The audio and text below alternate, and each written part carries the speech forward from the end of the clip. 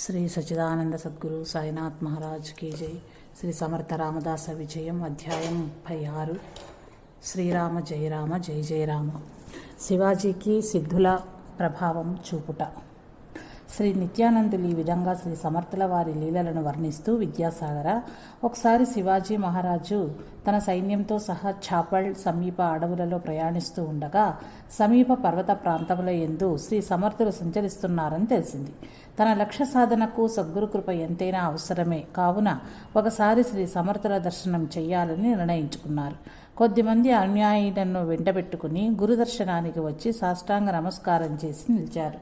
చిరునవ్వులు చిందిస్తూ శ్రీ సమర్థులు, కళ్యాణ్, శివాజీరాజు వచ్చారు. ఈరోజు మనకు వీరికి ఆతిథ్యం ఇచ్చే అదృష్టం కలిగింది.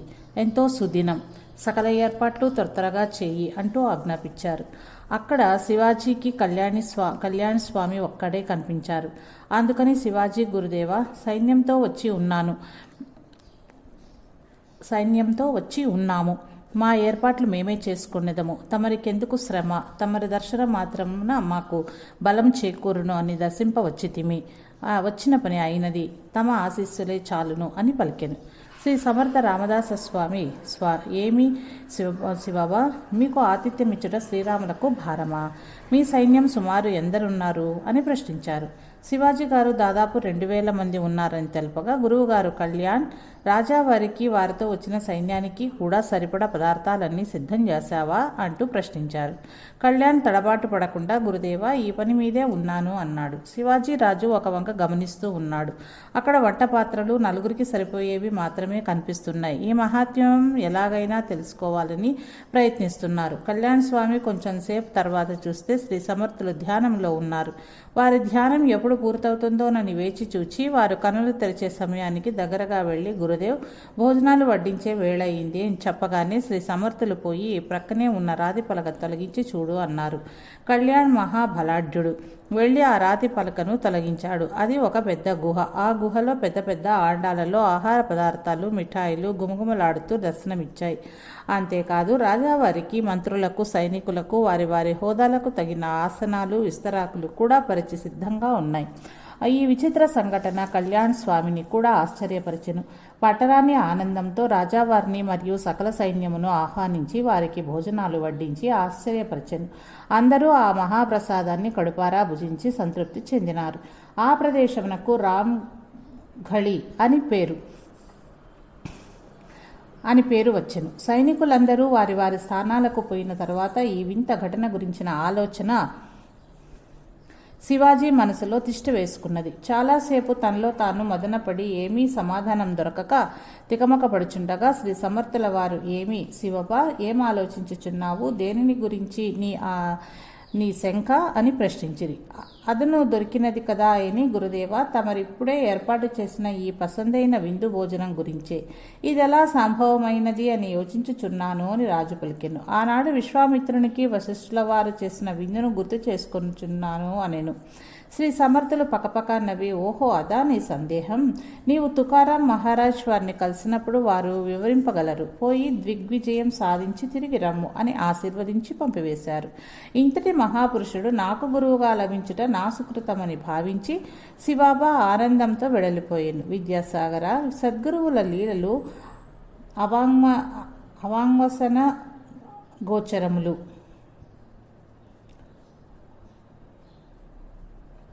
సాక్షాత్తు భూమిపై నడియాడే దైవాలే వారు.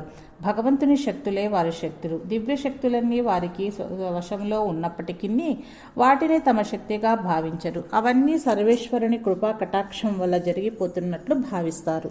దానినే ప్రకటిస్తారు.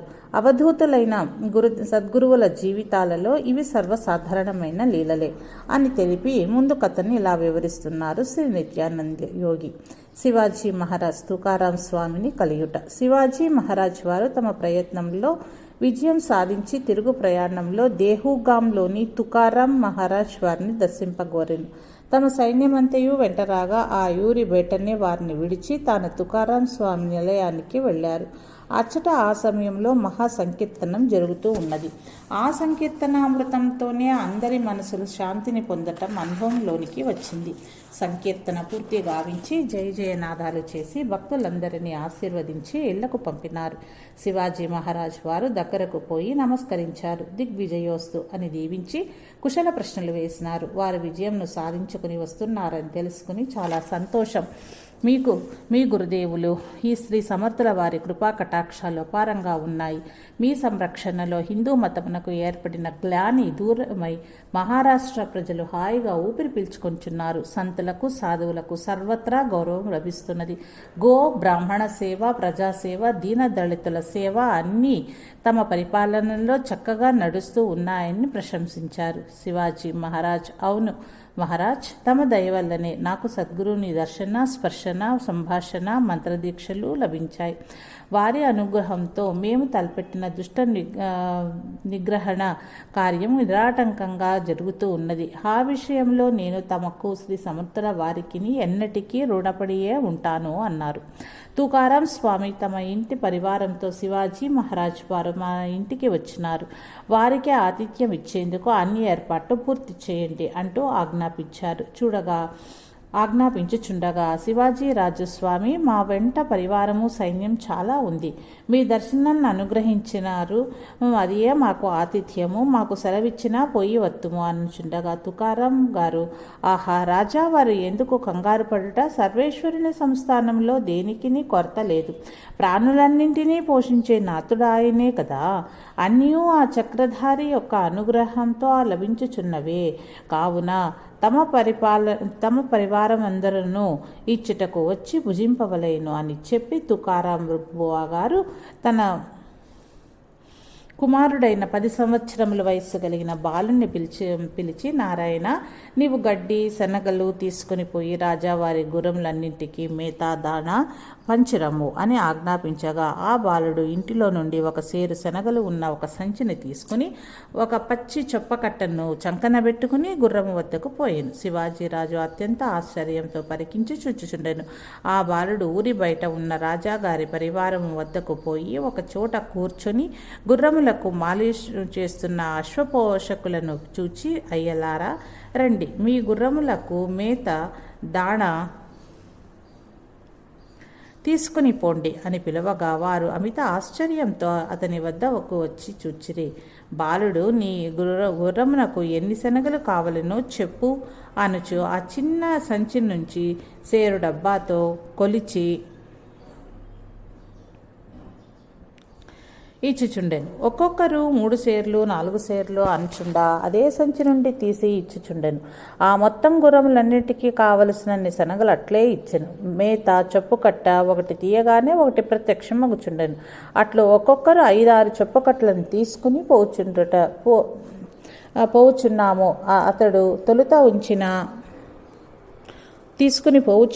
అతడు తొలుత ఉంచిన చొప్పకట్ట అట్లే ఉండెను. ఈ చమత్కారమును చూచి అందరూ అవాక్కైపోయి చివరకు శనగల సంచితోనూ అదే చొప్పకట్టతోనూ బాలుడు తిరిగి వచ్చెను. శివాజీ మహారాజ్ అనుయాయులు వచ్చి ఈ విశేషమును తెలుపగా రాజు ముగ్ధుడై ఆలోచనామగ్నుడై ఉండెను. రాజుగారి పరివారమంతయు భోజనమునకు ఆహ్వానించబడిరి. శ్రీ తుకారాం బాబా గారి వద్ద నుంచి ఇంద్రాయణీ నదీ తీరానికి రమ్మని పిలుపు వచ్చెను. అచ్చట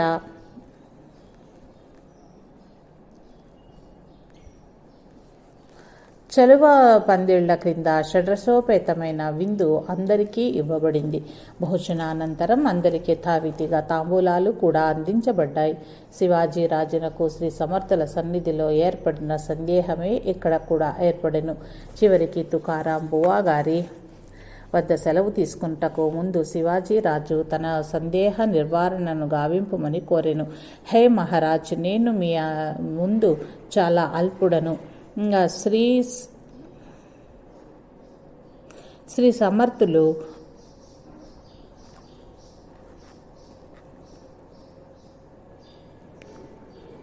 హే మహారాజ్, నేను మీ ముందు చాలా అల్పుడను. శ్రీ సమర్థులు తమరు కూడా స్వయం సిద్ధ పురుషులని నమ్ముచున్నాను. మేము శ్రీ సమర్థుల దర్శనమునకు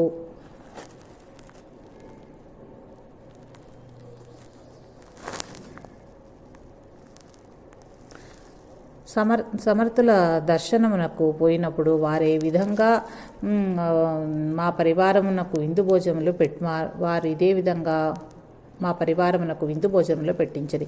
ఈనాడు తమరట్లే ఉన్న చోటనే ఉండి నిశ్చలంగా ఇన్ని వేల మంది భోజన ఏర్పాట్లు చేస్తున్నారు. ఈ చమత్కారం నాకు అర్థం కాక శ్రీ సమర్థులను అడిగినప్పుడు దీని వివరణ తుకారాం మహారాజు ఇవ్వగలరని చెప్పిరి. కావున తమరే నా సందేహ నివారణను చేయవలేను అని సవినయంగా చేతులు జోడించి కోరెను.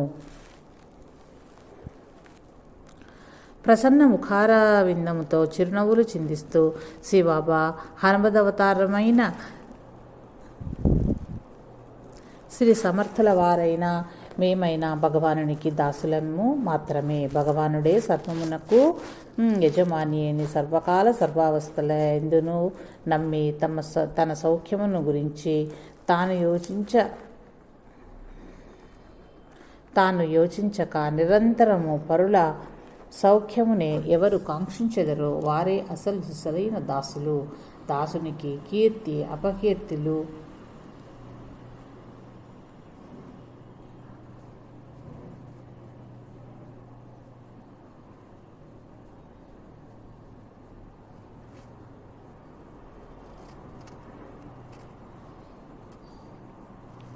కావున ఆ సర్వేశ్వరుడే సర్వబాధ్యతలు వహించి ఈ రీతి దాసుని మర్యాదను కాపాడెను. రాజా, సర్వభారములను ఆ విశ్వంభరునిపై ఉంచుట ఒక్కటే ఘటనకు కీలకము.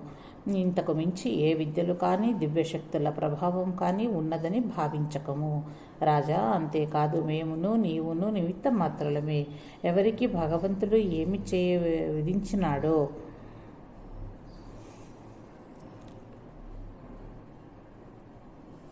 దానిని ఆచరించుట మన కర్తవ్యం. దేశరక్షణ ధర్మరక్షణ నిమిత్తమై నీవు జన్మించితివి. నీకు భగవానుని యులమును శ్రీ రామదాస స్వామి వారి ద్వారా అందించుట జరుగుచున్నది.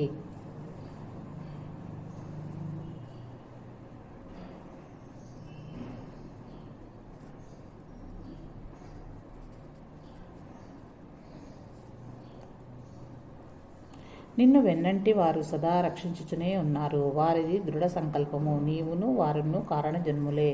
ధర్మరక్షణ కొరకు జీవితాలను వినియోగించుటయే కర్తవ్యం. కావున రాజా, ఈ చమత్కారముల బంధములో నీ మనసు చిక్కుకొనరాదు. సద్గురుని కృపావలయము నిన్ను సదా కాపాడుచుండ ముష్కరుల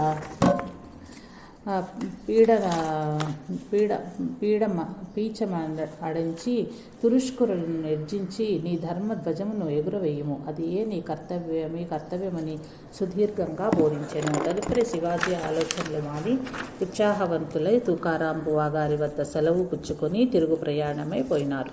విద్యాసాగర, ఇటువంటి లీలలు యోగులైన వారందరి చరిత్రలైందనూ సహజములై ఉండును. భగవంతునిపై భారముంచిన వారి వాక్కును సఫలీకృతమనరించుటకు సదా పరమాత్మ సిద్ధముగా ఉండును అని నిత్యానంద యోగి తెలిపి తర్వాతి లీలలను ఇట్లు చెప్పసాగెను. రాతిలో కప్ప. విద్యాసాగర, ఒక శీలను శిల్పంగా రూపొందించటానికి శిల్ప ఎంత కష్టపడతాడో ఒక్కసారి ఆలోచించుకుంటే సద్గురువు తన తమ్ముణ్ణి తీర్చిదిద్దడానికి అంత పెద్ద రాయితో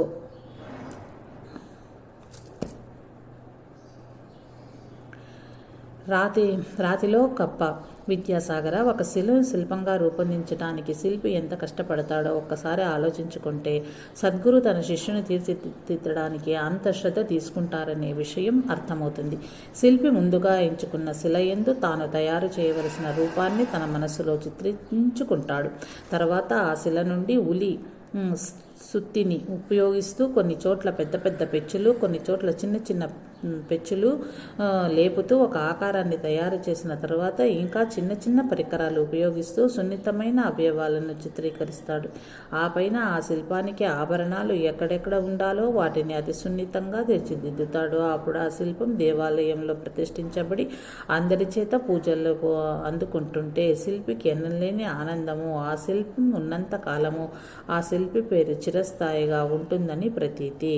విద్యాసాగర, శ్రీ సమర్థుల వారి చేత వారి శిష్యులందరూ ఇలా సంస్కరించబడిన వారే. సద్గురువెవరినైనా ఆశ్రితుని ఎందున్న అక్కర్లేని దుర్గుణాలను అవలక్షణాలను తొలగించడానికి ప్రయత్నిస్తారు. శిల్పి చేతిలో శిల్పం మలచబడే కన్నా సద్గురుని చేతిలో శిష్యుడు సంస్కరించబడడం అనేది మరింత శ్రమతో కూడుకున్నది. ఎందుకంటే శిల్పి చేత మలచబడేది, దెబ్బలు తినేది రాయి, శిల. సద్గురుని చేరి సంస్కరించబడే శిష్యుడు చైతన్యం కలిగిన వ్యక్తి. శిలకు ఏ విధమైన చైతన్యం లేదు, కావున శిల్పి పనే తేలిక. కానీ శిష్యుని సంస్కరించబడిన గురువుకే అమితమైన శ్రమ, శక్తి, యుక్తి, ఆసక్తి, భక్తి, భగవానుని యందు అనురక్తి అన్నింటినీ మిళితం చేసి శిష్యులలోని అవలక్షణాలను, బలహీన గుణాలను తొలగించవలసి ఉంటుంది. ఇదంతా అసలు ఎందుకు చెయ్యాలి? గురువుకి ఏమి అవసరమో అనుకుంటే కుదరదు. ఇదంతా భగవానుని సృష్టి. దీనిని చక్కని మార్గంలో నడపటానికై వారి సాధనల్లో తెలుసుకున్న జ్ఞానాన్ని వృథా పోనీయక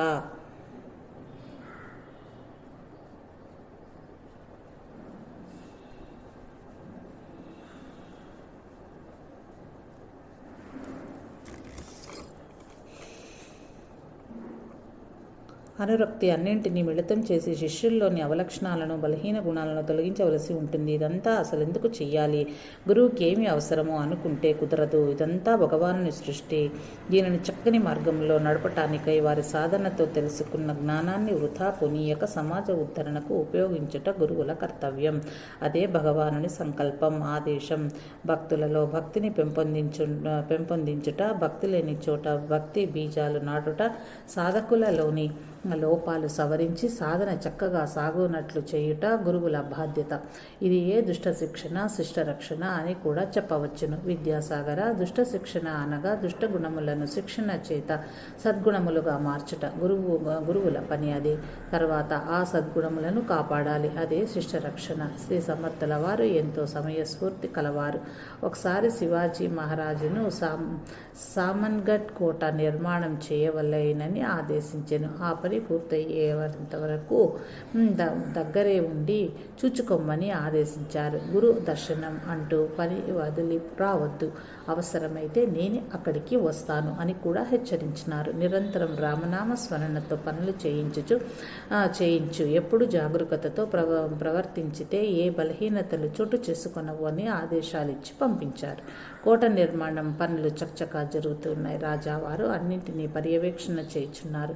ఆయన ఎదుట వందల మంది కూలీలు, రాళ్ళు, సున్నం మోసేవాళ్ళు, వడ్రంగి పనివాళ్ళు, కమ్మరి పనివాళ్ళు, రాళ్ళు కొట్టేవారు, గోడల్లో కట్టేవారు, ఇంతమంది శిష్యులు పనిచేస్తూ ఉన్నారు.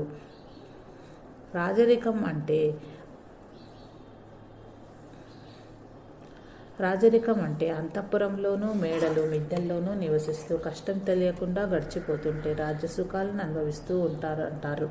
ఈ నిర్మాణాల వెనుక ఇంత కష్టం ఉందన్న విషయం కళ్ళారా చూచేవారికి ఆలోచిస్తే గానీ అర్థం కాదు. శివాజీ మనసు ఆలోచనలో పడింది. వీరంతా ఇంత కష్టపడి ఎందుకు పనిచేస్తున్నారు? పొట్ట నింపుకునేందుకే కదా. ఈ నిర్మాణం కనుక గురువులు ఆదేశించకపోతే నేను ఇంతమందికి పని కల్పించేవాడిని కాదు. ఇప్పుడు ఈ పని చేయించుకొనట, ఇంత మందిని పోషించుట జరుగుతున్నది ఈ నిర్మాణం వల్లనే. లేకుంటే వారందరికీ పస్తులు ఉండవలసిన వచ్చేదేమో. నా నిర్మాణం ద్వారా మంచిదే అయ్యింది అనుకుంటున్నాడు. అంతలో గురుదేవులు గుర్తుకొచ్చారు. చాలా కాలమైంది గురుదర్శనం చేసుకుని, నన్నేమో రావద్దన్నారు అని స్మరిస్తుండగానే దూరంగా శ్రీ సమర్థుల వారి దర్శనమైంది. ఇది కళ నిజమా అన్నట్లయింది శివాజీకి. నిజంగానే గురుదేవులు వచ్చేసరికి ఆహా, నా తలంపుతోనే సమర్థులు దర్శనమిచ్చారని సరాసరిపోయి పాదాభివందనం చేశాడు రాజు. వారు వస్తున్న వైపున కోటకు దారే లేదు, పెద్ద లోయ ఉన్నది. తమరెలా వచ్చారని అడిగారు. శ్రీ సమర్థులు నవ్వుచూ, శివాబా, రాజు మనసు పరధ్యానంలో ఏమరపాటులో ఉండకూడదు. ఎల్లప్పుడూ ఎటు నుంచి ఏ శత్రువు వస్తాడోనని సావధానంతో ఉండాలి. అయినా కోట నిర్మాణం చూద్దామనే వచ్చాను అంటూ ఒకచోట ఆగి ఇక్కడ ఒక ద్వారం ఉండాలని సూచించారు కదా అన్నారు శివాజీ. అవును స్వామి, దీనికి పెద్ద బండ అడ్డం వచ్చింది. అది పగులగొట్టితే గాని దారి ఏర్పడదు అన్నారు. ముందు పనివాళ్ళని పిలిచి పగులగొట్టించమన్నారు. బండలు కొట్టువాడు రాగానే అతనితో జాగ్రత్తగా ఆ బండను కొబ్బరికాయ వలె సమానంగా మధ్యలోనే పగలగొట్టి నీ నైపుణ్యాన్ని చూపించు అని శ్రీ సమర్థులు ఆజ్ఞాపించారు. అతను చాలా జాగ్రత్తగా కొట్టి వారు చెప్పినట్లు చేయగా అందులో మధ్య ఖాళీ ఉండి నీళ్లు ఉన్నవి. ఆ నీటిలో నుండి ఒక కప్ప ఎగిరి బయటకు పడింది. అందరూ ఆశ్చర్యంగా చూస్తున్నారు. శ్రీ సమర్థులు, శివాజీ, నీ యోగ్యత చాలా గొప్పది. ఇటువంటి ఆశ్చర్యకరమైన పనులు ఇతరులకు సాధ్యం కాదు. ఆహా, ఏమి విచిత్రమైన సంరక్షణ! రాత్రిలో కప్పకు కూడా ఆహారాన్ని ఇచ్చి రక్షించావు అనగా శివాజీ, ఏమిటి గురుదేవా, ఆ కప్పకు నేనెట్లో ఆహారం ఇయ్యగలను? అది ఉన్నట్లు కూడా నాకు తెలియదే అన్నాడు. అదేమి రాజా, ఈ కూలీలందరికీ నీవే ఆహారం ఇస్తున్నావు కదా, ఈ కప్పకు నీవు కాక ఇంకా ఎవరు ఆహారం ఇస్తారు చెప్పు అన్నారు గురుదేవుడు. శివాజీ రాజుకు తన ఆలోచనలోని దోషము తనకు తెలిసి వచ్చింది. ఆ రాతిలోని కప్పకు ఆహారం ఇచ్చేవాడు భగవంతుడైతే మీరందరికీ కూడా భగవానుడే కదా ఆహారం ఇస్తున్నాడు, నేను పోషిస్తున్నాను. లేకుంటే వీరంతా పస్తులు ఉండవలసిందేనని భావించినది తప్పు అని తెలిసి వెంటనే పాదాలపై పడి, సమర్థ సద్గురు, నా తప్పు ఆలోచనలో ఉన్నది, నన్ను మన్నించండి అన్నాడు. అవును, నిన్ను సరిచేయటానికేగా నేను వచ్చాను అన్నారు శ్రీ సమర్థులు. తదుపరి ఇలా చెప్పారు. శ్రీరామప్రభు నీ చేత కొన్ని పనులు చేయించ సంకల్పించారు. దానికి కర్త ఆయనే గాని మనం కాదనే దృఢమైన భావన ఉండాలి. నీలో అహంకారం అనేది చోటు చేసుకుంటే అది నిష్కామ కర్మ కాదు అని బోధించారు. తర్వాత శివాజీ, నిజమే గురుదేవా, నేను అపరాధిని, క్షమించండి అని కోరారు. శ్రీరాముడే క్షమించాలి నిన్ను నన్ను అని నవ్వేశారు. తర్వాత కోట నిర్మాణం నందు ఎక్కడెక్కడ ఏ గదులు ఉండాలి, ఎక్కడ సైన్యం ఉండాలి, ఎక్కడ కర్మాగారం ఉండాలి, ఎంత పొడవు వెడల్పులు ఉండాలి అన్న విషయాలన్నీ వివరంగా రెండు సమాసములు రాసి బోధించారు. కోట నిర్మాణానికి ఉపయోగించబడే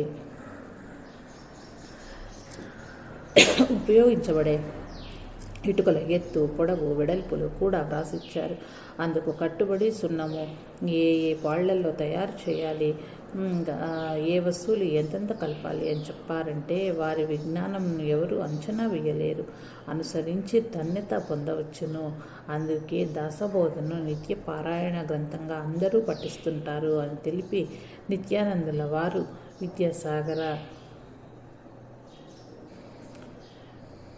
విద్యాసాగరునితో